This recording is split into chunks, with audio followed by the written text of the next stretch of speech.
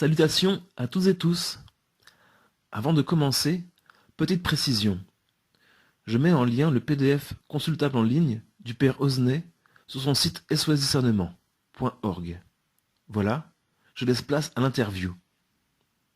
Aujourd'hui, nous allons parler des croyances développées par Maria Valtorta et pour en parler, nous recevons aujourd'hui le Père Osnay, prêtre du diocèse du Mans, délégué à la pastorale Nouvelles Croyances et Dérives sectaires. Il a coécrit un petit fascicule sur une évaluation négative de l'Évangile tel qu'il m'a été révélé. Bonjour Père Osnay. Bonjour à tous.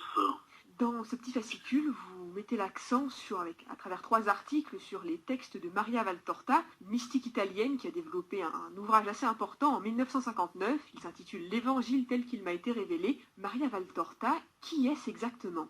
On se trouve devant une personne qui se prétend mystique, qui en fait est à la tête d'une révélation privée. Cette année, en 2021, on est l'année du 60e anniversaire du décès de Maria Valtorta et la commission doctrinale de l'épiscopat français vient de publier une note sur une sorte d'avertissement sur les écrits de Maria Valtorta. Il y a eu un travail absolument titanesque d'un professeur d'exégèse de la communauté Saint-Martin qui s'appelle Don Guillaume Chevalier et il a publié 3 articles sur l'œuvre de Maria Valtorta où il montre vraiment les tenants et aboutissants de la déviance et de l'abus spirituel.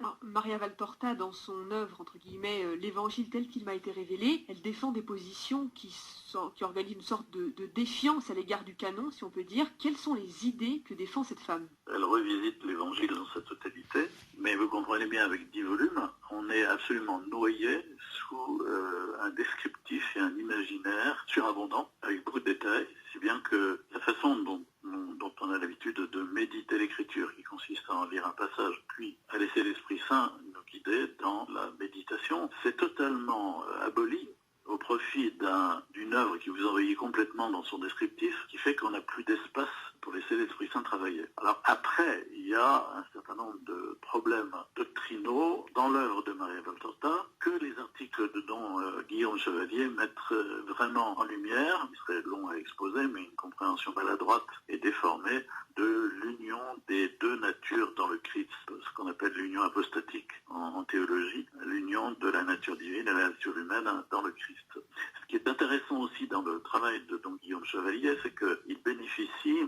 de l'apport qu'on a aujourd'hui sur le phénomène des abus spirituels, et on est beaucoup plus averti que par le passé d'un certain nombre de lignes rouges qu'on doit trouver étranges de voir franchies, évidemment. Si bien qu'il met en relief comment les traits psychologiques de Jésus posent problème. Je cite par exemple un extrait d'une conclusion de l'un de ses articles. Dans le domaine spirituel et psychologique, le personnage de Jésus prodigue une éducation et tisse des relations toxiques avec les personnages du roman et à travers eux avec le lecteur. Justement, Père Osnay, c'est quoi les risques de cette vision de la foi et de ces idées défendues par Maria Valtorta pour les lecteurs, pour les personnes qui n'ont pas forcément les clés pour voir que c'est pas un bon livre ? Le premier, c'est d'abord qu'ils n'y voient rien du tout. La plupart des gens sont satisfaits à la lecture de Maria Valtorta et ne voient rien qui puisse leur poser problème. Deuxièmement, le risque majeur, c'est celui de placer les écrits de Maria Valtorta avant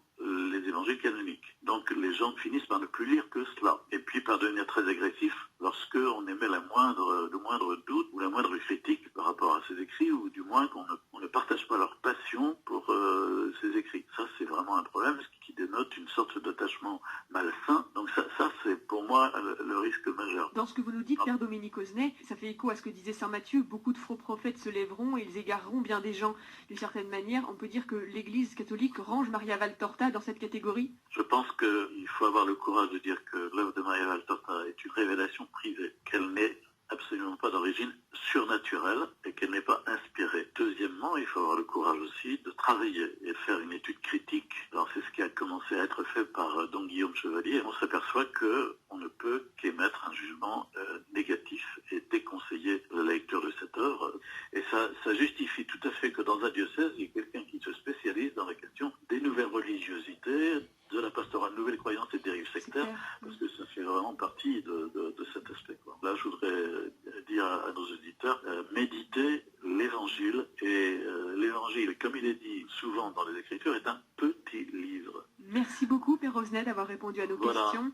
Je rappelle que vous êtes prêtre du diocèse du Mans, délégué à la pastorale Nouvelles Croyances et dérives sectaires, et que vous alertez nos auditeurs et l'ensemble des chrétiens de notre paroisse sur les risques spirituels du contenu du livre de Maria Valtorta, l'Évangile tel qu'il m'a été révélé. Merci à vous. Merci.